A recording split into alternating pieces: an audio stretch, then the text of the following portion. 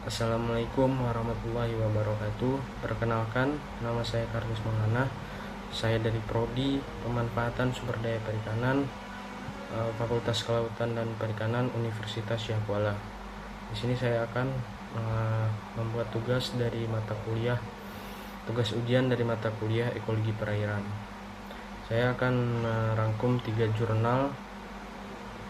Di sini masing-masing jurnal pertama itu tentang kualitas Sungai Bilah berdasarkan biodiversitas fitoplankton Kabupaten Labuan Batu, Sumatera Utara.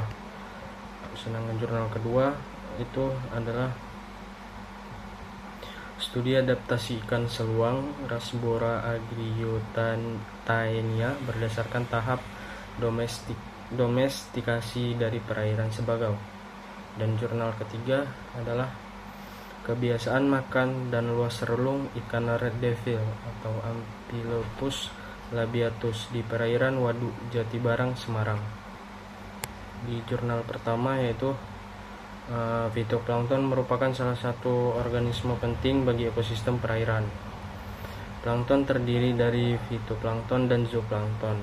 Fitoplankton disebut juga plankton nabati atau tumbuhan yang hidupnya mengapung dan melayang di air. Fitoplankton merupakan protozoan primer yang mampu membentuk zat organik dan zat anorganik dalam proses fotosintesis. Kehadiran fitoplankton berdampak langsung terhadap kelimpahan zooplankton pada suatu ekosistem perairan. Produksi primer fitoplankton dalam suatu perairan dikontrol oleh keberadaan zooplankton pada perairan tersebut. Ekosistem perairan meliputi ekosistem air tawar dan ekosistem air laut. Wahyuni dan Dewi membagikan habitat air tawar dibedakan menjadi 2 kategori umum, yaitu sistem lentik yang terdiri dari kolam, rawa, danau, telaga, dan waduk, dan sistem loti terdiri dari sungai. Sistem lentik adalah suatu perairan yang dicirikan air yang mengenang atau tidak di aliran air. Kecepatan arus memiliki nilai koefisien korelasi terendah sebesar 0,59 terhadap kelimpahan fitoplankton. Kondisi ini sejalan dengan pernyataan Susilowati et al. Bahwa aliran air yang lambat akan memperlambat proses aliran nutrisi. Hal ini menyebabkan kesediaan nutrisi di sungai kecil daerah hulu akan rendah, sehingga densitas biota air rendah. Fitoplankton yang ditemukan pada stasiun penelitian sebanyak 11 genus yang nostoc. Nilai H indeks Shannon Wiener menunjukkan keanekaragaman plankton pada stasiun 1 tergolong rendah dengan nilai 2.269.000 dengan kondisi tidak tercemar. Nilai larutan oksigen, suhu, dan kecerahan merupakan faktor fisika kimia perairan yang sangat mempengaruhi keanekaragaman fitoplankton yang diperoleh pada lokasi pengamatan Sungai Bilah. Selanjutnya jurnal kedua. Perairan Sebagau merupakan salah satu perairan yang menjadi tumpuan bagi masyarakat Kelurahan Karing Bingkarai karena dapat memberikan nilai ekonomi yang sangat penting bagi peningkatan kualitas hidup mereka. Ikan-ikan di perairan ini memiliki kontribusi penting untuk kesejahteraan masyarakat, terutama bagi para nelayan daratan di daerah perairan gambut, dan juga memiliki nilai ekonomis penting, misalnya ikan seluang yang merupakan salah satu sumber protein bagi masyarakat lokal. Ikan seluang adalah salah satu jenis ikan yang hidup di perairan tawar.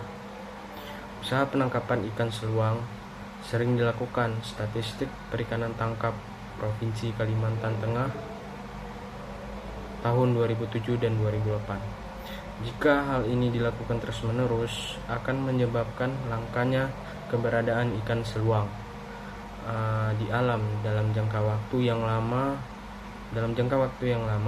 Usaha penangkapan yang tidak selektif dan dilakukan secara berlebihan akan dikhawatirkan terjadi penurunan jumlah untuk spesies ikan seluang. Jadi tujuan penelitian ini untuk mengetahui adaptasi ikan seluang berdasarkan tahap domestikasi dari perairan Sebangau dalam wadah kolam terpal. Manfaat dari penelitian ini memberikan informasi mengenai adaptasi ikan seluang berdasarkan tahap domestikasi dari perairan Sebangau dalam wadah kolam terpal dan menjaga kelestariannya di alam. Dalam penelitian domestikasi ikan seluang ditingkatkan domestikasi yang dicapai yaitu belum sempurna. Domestikasi ikan seluang dalam penelitian ini dikatakan belum sempurna karena belum bisa dipijahkan dan tingkat keberhasilan pemijahannya masih belum bisa untuk diketahui. Hal ini disebabkan karena waktu pemeliharaan yang singkat, yaitu hanya 2 bulan, dan waktu pemeliharaan untuk mencapai ukuran siap dipijahkan juga belum diketahui. Berdasarkan penelitian tentang biologi reproduksi ikan seluang, di Sungai Kumpeh, Jambi diketahui bahwa ikan seluang akan matang gonadnya setelah mencapai ukuran panjang di atas 30 mm dan berat di atas 7 gram. Pada penelitian Sulistiarto diketahui bahwa panjang maksimum ikan seluang adalah 104 mm dan maksimum beratnya 13,6 gram. Dari hasil penelitian yang telah dilakukan, diketahui bahwa domestikasi ikan seluang yang dilakukan adalah domestikasi belum sempurna, dan bahwa adaptasi ikan seluang terhadap lingkungan dan makanan yang baru sangat rendah, dan toleransi terhadap perubahan parameter kualitas air, DO, pH, dan suhu cukup tinggi. Kisaran parameter kualitas air selama penelitian yaitu DO 1,5 sampai 8,8 mg per liter, pH-nya 5,5 sampai 7,2 dan suhu 27,4 sampai 27,7 oC. Dari hasil analisis data yang telah dilakukan, diketahui bahwa kelangsungan hidup ikan seluang selama penelitian 73,5% dan mortalitas 26,5%. Selanjutnya ke jurnal ketiga, yaitu kebiasaan makan dan wasserlung ikan red devil.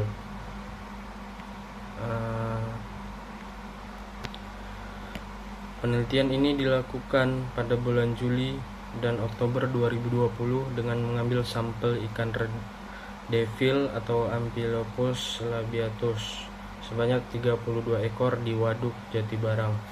Sampel ikan ditangkap dengan menggunakan alat tangkap button gill net dengan ukuran mesh size 4 inci, surface gill net dengan ukuran mesh size 3 inci, dan alat tangkap pancing dengan kail nomor 4.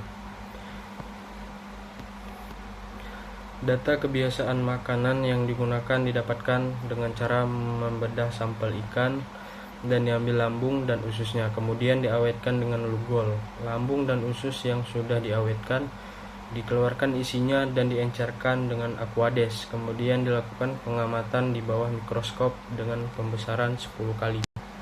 Ikan red devil merupakan jenis ikan omnivora yang memanfaatkan fitoplankton dan zooplankton sebagai sumber makanan. Tidak ditemukan jenis ikan lain pada pencernaan ikan red devil yang menandai bahwa ikan red devil tidak memangsa ikan lain. Ikan red devil memiliki makanan dari plankton kelas Chlorophyceae, Cosconidiscopiceae, Cyanophyceae, dan Zycnematopiceae dengan makanan utama dari kelas Chlorophyceae. Luas relung ikan red devil adalah 2038. Sekian yang dapat saya sampaikan, lebih dan kurang saya mohon maaf. Wabillahi taufiq wal hidayah. Wassalamualaikum warahmatullahi wabarakatuh.